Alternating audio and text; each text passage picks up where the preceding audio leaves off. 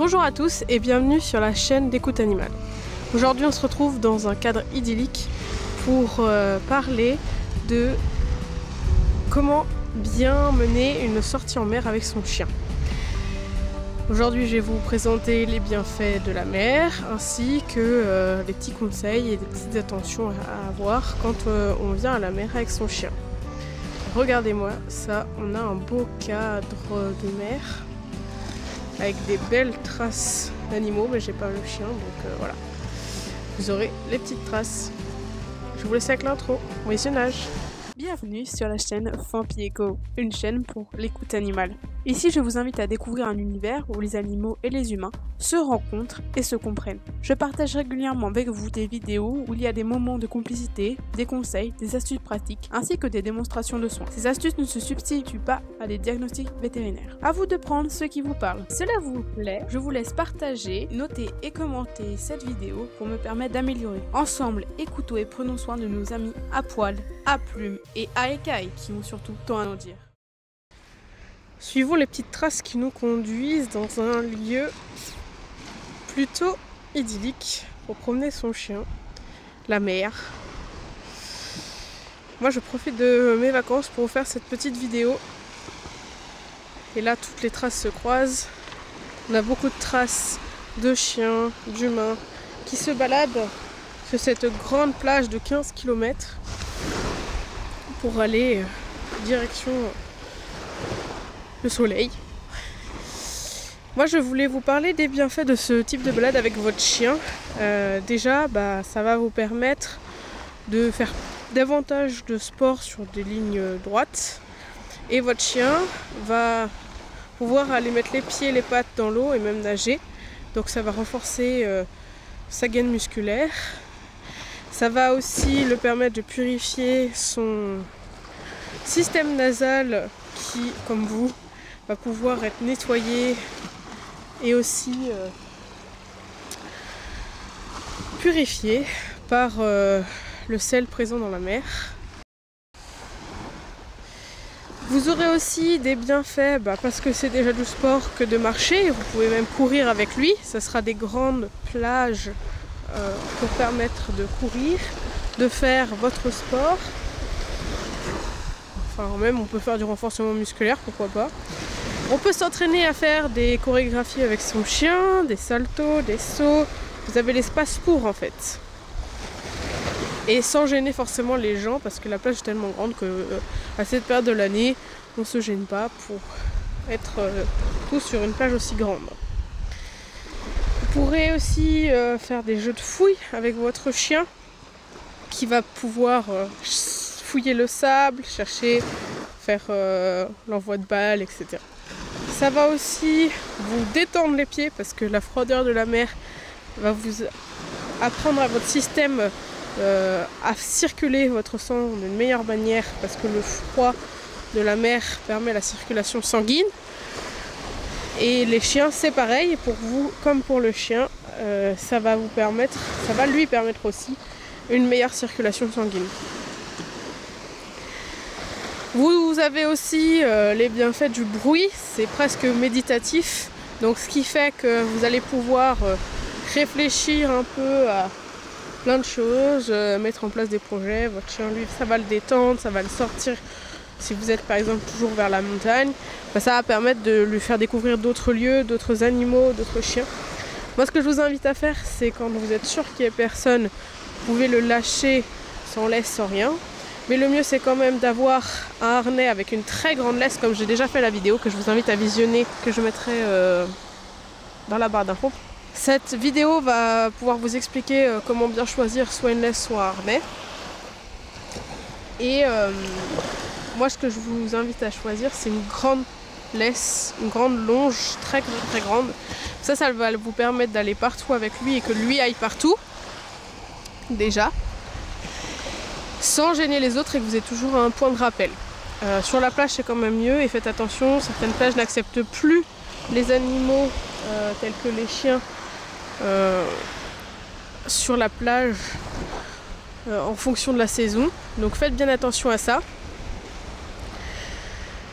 Si voilà, auquel cas c'est accepté sur la plage où vous êtes, et ça va vous permettre d'avoir un point de promenade, surtout quand c'est hors saison d'été.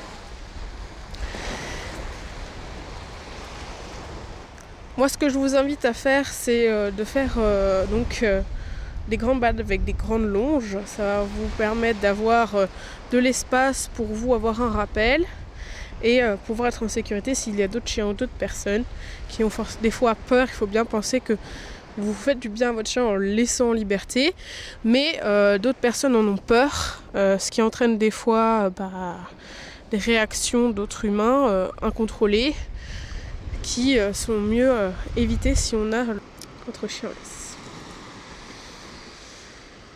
Maintenant, je vais vous parler des petits points à faire attention. C'est que le sel est corrosif, donc il va se placer sous les coussinets de votre chien, va vous placer entre vos doigts de pied et ça va venir irriter, gratter et abîmer un peu au bout d'un moment votre peau ou les pattes de votre chien.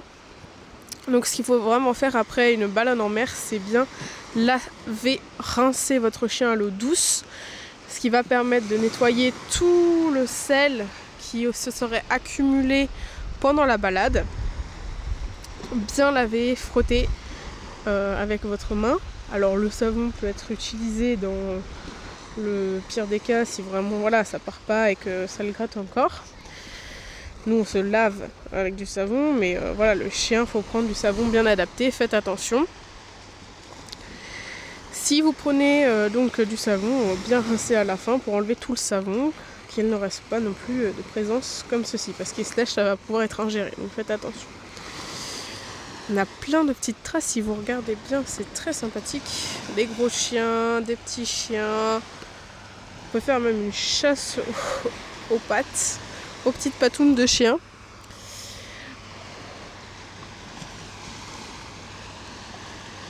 Après, petite attention aussi, c'est que là on est sur une plage de sable. Vous avez vu la petite hirondelle qui passe, ça aussi il faut faire attention pour pas que votre chien saute dessus. Là on est sur une plage de sable, donc il peut y avoir des petits matériaux coupants comme les coquillages qui peuvent venir abîmer les coussinets de votre animal. Donc faire bien attention à où est-ce qu'il marche et où il va aller. Là encore, cette plage est très propre et c'est pas le cas de toutes les plages. Là on a une plage de sable, donc ça va venir frotter et être corrosif avec les pattes et votre peau. Donc ça va vraiment faire un système de... Je sais pas si vous entendez le bruit. Et voilà, ça va vraiment venir frotter sur les coussinets et ça va venir aussi limer de certaines manières. Donc il faut bien faire attention que ça reste pas trop l'activité tout le temps quotidienne, quoi.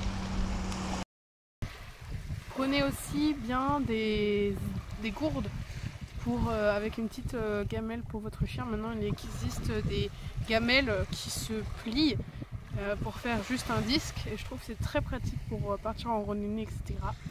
Donc je vous invite à prendre ça avec une gourde pour toujours abreuver votre chien dans ces balades là, parce qu'il va essayer de boire l'eau salée et c'est pas forcément bon pour ses intestins, etc. Alors prenez bien un système d'eau douce qui permettra d'abreuver votre animal comme vous pendant ses sorties à la mer. Bon, je vais trouver un petit copain pour la vidéo, mais il s'enfuit déjà avec sa famille. Vous le voyez tout là-bas. Donc, comme cette famille, je vous dis, on peut balader son chien à la plage tranquillement.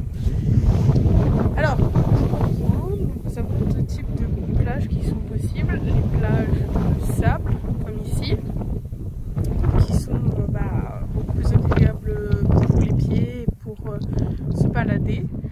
Et on a les plages de galets. Là, il faut faire attention à ne pas se tordre les chevilles, et même pour les chiens, à pas qu'ils se prennent les pattes dans les cailloux et qu'ils se fassent mal. C'est une plage qui est plus dure aussi et moins confortable, même pour vous humains.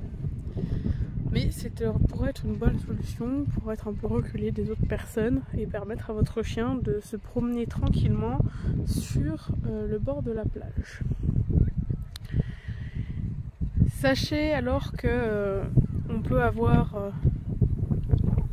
des agréables surprises dans le sable comme à la plage, avec des animaux marins qui peuvent venir sur le bord, des oiseaux ou encore d'autres types d'animaux. Ce qui en fait des lieux où il faut être particulièrement vigilant pour pas que votre animal saute dessus ou s'en prenne aux animaux sauvages. Ce serait inconvenant et non pratique pour gérer. Donc le mieux c'est d'éviter ce genre d'accident, ne pas toucher à la faune et à la flore le moins possible pour préserver ces milieux qui sont déjà très utilisés par les humains. Donc votre chien, évitez de le laisser sans surveillance, sans avoir un œil dessus. Et moi je vais vous laisser vous faire votre propre balade à la plage et je vais vous laisser sous ce beau ciel ensoleillé avec cette mer présente devant nous. Je vous dis à bientôt sur la chaîne d'Écoute Animale. Bye bye, belle journée.